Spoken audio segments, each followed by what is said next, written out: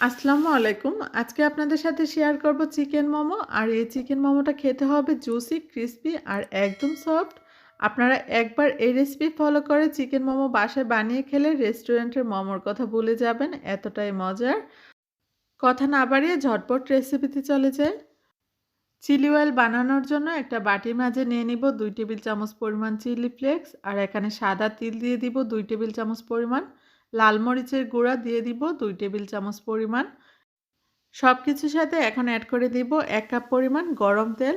আর এখানে আমি নরমাল রান্নার তেলটাই খুব ভালো করে গরম করে নিয়েছি। গরম তেলটা দেওয়ার কারণে তিল থেকে খুব সুন্দর একটা ফ্লেভার আসবে আর মরিচের কালারটাও খুব সুন্দর আসবে। এখন আমি সবকিছু একসাথে ভালো করে নেড়েচেড়ে মিশিয়ে নিব। মিশিয়ে নেওয়ার পর একটা সাইডে রেখে দিব তেলটা খুব ভালোভাবে ঠান্ডা হওয়ার জন্য। এই তেলটা দিয়েই আপনি মোমোটাকে সার্ভ করতে পারবেন, খেতে অনেক বেশি মজার হয়। আমার চিলি অয়েল বানানো হয়ে গিয়েছে। এখন আমি বানিয়ে নিব মোমোর পুর। তার জন্য এখানে আমি 250 গ্রাম পরিমাণ নিয়ে নিয়েছি চিকেন কিমা। চিকেন কিমার সাথে এখন আরও উপকরণ অ্যাড করে দিব। মিহি করে কাটা পেঁয়াজ কুচি দিয়ে দিলাম 1/2 কাপ পরিমাণ। আর এখানে 1 চা চামচ করে আছে আদা রসুন কুচি।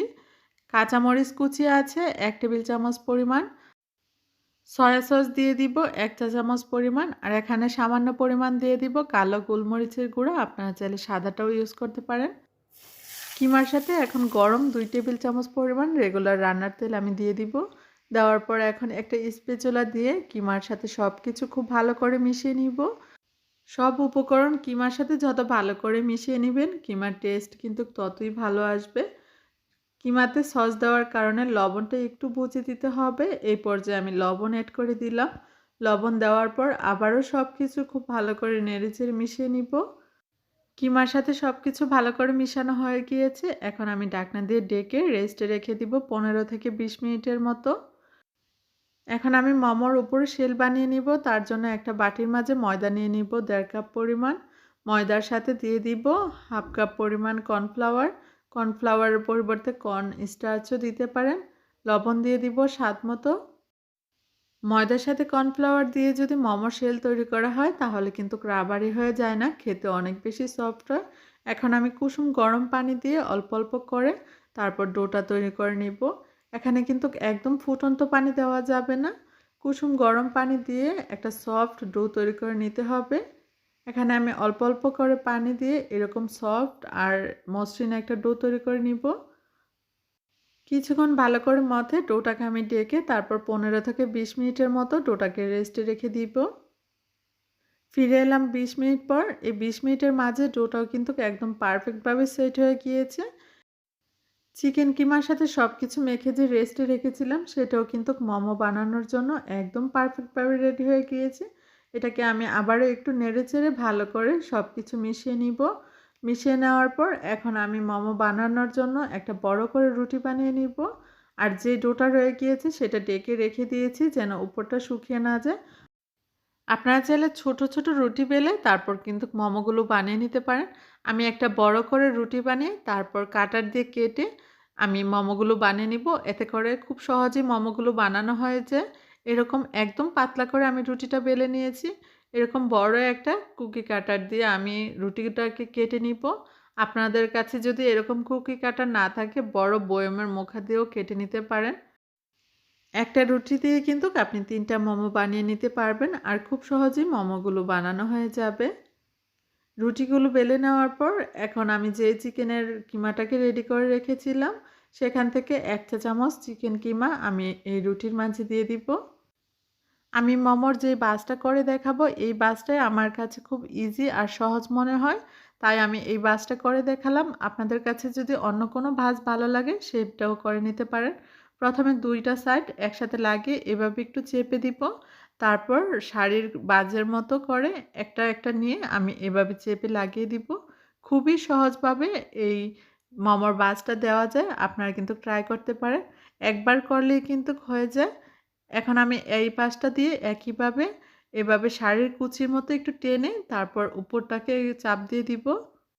একদম ইজিতেই হয়ে যায় আর দেখতে কিন্তু এই বাসটা অনেক বেশি কিউট লাগে। এই যে আমার মোমোর শেপ দেওয়া হয়ে গিয়েছে, দেখতে কিন্তু অনেক বেশি ভালো লাগছে। এভাবে করে আমি সবগুলো মোমোর শেপ দিয়ে দিব। এখানে আমার কিছু মোমো বানানো হয়ে গিয়েছে। একসাথে কিন্তু সব মোমো বানিয়ে তারপর বেক করা যাবে না। এই মোমোগুলো এখন আমি স্টিম করে নিব। আজকে কিন্তু মোমো স্টিমার ছাড়াই আমি আপনাদেরকে মোমো বানিয়ে দেখাবো, যেন বাসায় খুব সহজেই বানিয়ে নিতে পারেন। একটা প্যান চুলায় বসিয়ে যখন গরম হয়ে যাবে তখন আমি দিয়ে দিব ১ চা চামচ পরিমাণ রান্নার তেল। ব্রাশ করে নিলাম খুব ভালো করে পুরো প্যানের মাঝে। তারপর প্যানটাকে খুব ভালো করে গরম করে আমি একটা, একটা করে মোমো দিয়ে দিব। আর একটু ফাঁকা করে মোমোগুলো দিতে হবে, কারণ এগুলো যখন স্টিম হবে ফুলে কিন্তু ডাবল হয়ে যাবে। প্যানের মাঝে যতগুলো মোমো ধরে আমি ওইভাবে মোমোগুলো দিয়ে দিব। এখানে কিছু মোমো দিয়ে দিলাম। দেওয়ার পর চুলার আঁচটা মিডিয়াম টু হাই রেখে আমি ১ মিনিটের মতো জাল করব। ১ মিনিট জাল করার পর মোমোর নিচে দিয়ে একটু চেক করে নিব। মোমোগুলোর নিচের পাশ দিয়ে যদি এরকম একটু কুক হয়ে আসে তখন এর মাঝে আমি দিয়ে দিব 1/2 কাপ পরিমাণ পানি। 1/2 কাপ পানি দেওয়ার পর আমি ঢাকনা দিয়ে সাথে, সাথে ডেকে দিব। আর চুলার আঁচটা মিডিয়াম টু হাই রেখে ৭ থেকে ৮ মিনিটের মতো আমি জাল করে নিব। এই ৭-৮ মিনিটের মধ্যে কিন্তু মোমোগুলো একদম পারফেক্টভাবে বেক হয়ে যাবে। ফিরে এলাম ৮ মিনিট পর। আমি ঢাকনা উঠিয়ে নিচ্ছি আর দেখিয়ে দিচ্ছি কতটা পারফেক্টভাবে মোমোগুলো কুক হয়েছে আর ডাবল হয়ে গিয়েছে কিন্তু কুক হওয়ার পর মোমোগুলো। এই যে সবগুলো মোমোর নিচে দিয়েও খুব সুন্দরভাবে কুক হয়েছে। এখন আমি মোমোগুলো উল্টিয়ে দিব। যেগুলো নিচে দিয়ে কুক হয়নি ভালো করে, এরকম কালার আসেনি, সেগুলো আবারও একটু নেড়েচেড়ে ১ মিনিটের মতো জাল করে নিব। আমার সবগুলো মোমো কুক হয়ে গিয়েছে। এখন আমি মোমোগুলো উঠিয়ে নিব।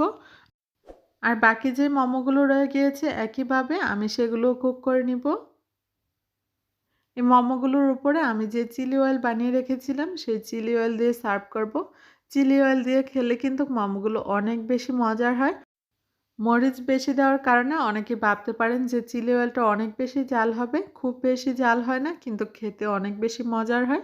আপনারা বাসায় এই রেসিপি ফলো করে বানাবেন মোমো, দেখবেন অনেক বেশি জুসি সফট হবে।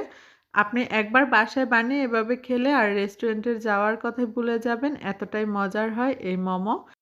এই রেসিপি ফলো করে বাসায় বানিয়ে অবশ্যই আমার কমেন্টস বক্সে জানাবেন কেমন লাগলো আপনাদের কাছে এই মোমোর রেসিপিটা। আবারও দেখা হবে নতুন কোনো রেসিপি নিয়ে। সবাই ভালো থাকবেন। আল্লাহ হাফেজ।